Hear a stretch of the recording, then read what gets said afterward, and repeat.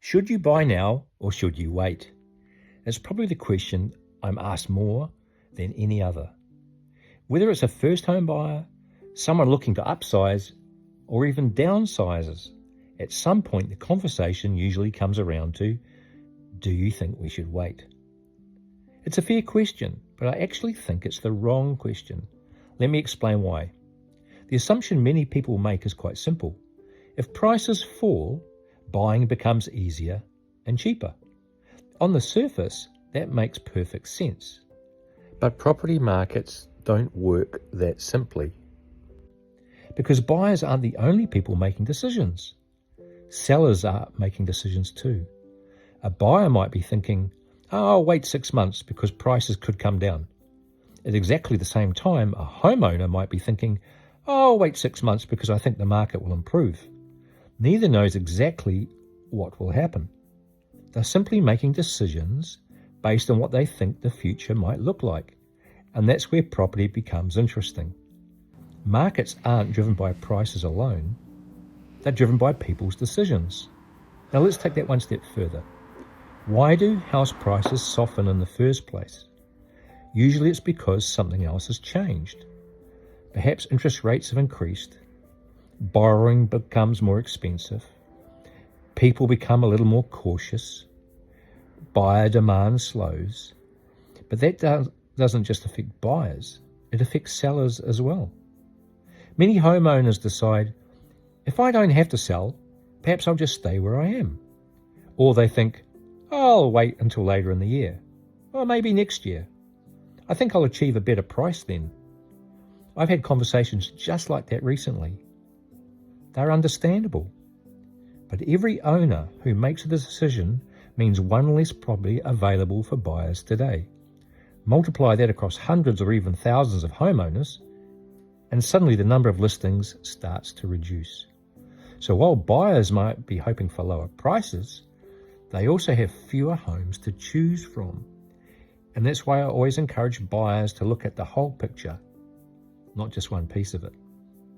We saw a good example of this after interest rates rose sharply from 2022. Inflation increased, interest rates climbed quickly, lending requirements became tougher, buyer confidence slowed, sales activity dropped to levels not seen since around the global financial crisis. Open homes became much quieter, but something else happened. Many sellers simply chose not to list. They stayed put, not because they loved the market, but because they didn't see a compelling reason to move. Or perhaps because there were no homes available that they were looking for, i.e. a lack of choice, they decided to stay put. The market didn't just have fewer buyers, it also had fewer sellers. So waiting didn't automatically create more opportunity. In many cases, it actually created less choice. Now compare that with today's market. First home buyers are still active.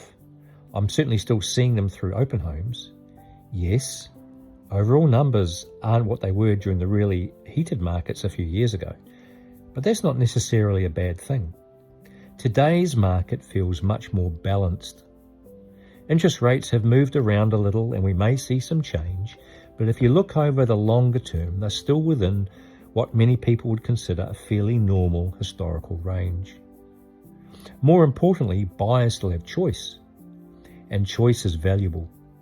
You can compare properties, take your time, ask questions, carry out your due diligence, negotiate. These are all advantages that buyers don't always have. Now here's something else I'd like you to think about. Most owner-occupiers aren't buying a house because they hope that it goes up in value over the next 12 months. They're buying somewhere to build their lives.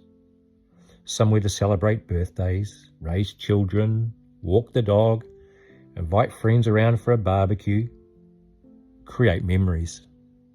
If you're buying a home you'll happily live in for the next 7, 10, or maybe even 15 years, will a small movement in price over the next 6 months really be the thing that matters most?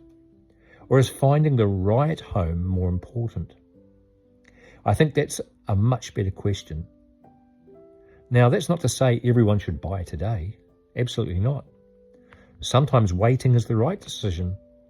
Perhaps your deposit isn't quite there. Your employment situation isn't stable.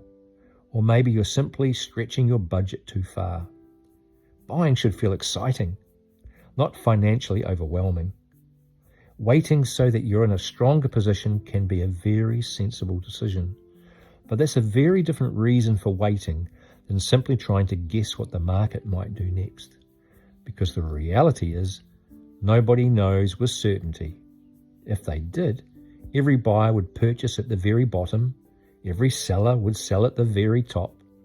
Unfortunately, property doesn't work like that. So perhaps instead of asking, should I buy now or wait? Maybe the better question is this the right time in my life to buy the right house? Because that's something you can answer. You can understand your finances. You can think about your family's future. You can decide what lifestyle you're looking for. And you can decide whether you've found a property that genuinely fits those needs. While none of us can predict exactly where the market will be in 6 to 12 months from now, we can make informed decisions based on today's circumstances. Property isn't just about prices. It's about people. It's about confidence. It's about opportunity. And ultimately, it's about finding the right home at the right time for your life. Hey, thanks for watching. If you found this episode helpful, I'd love to hear your thoughts. If you're thinking about buying, what's the biggest factor influencing your decision right now? Is it interest rates? House prices? Finding the right property? Or something completely different? Let me know in the comments below. And as always, if you've enjoyed this episode, don't forget to subscribe to Inside Property New Zealand. We'll see you next time.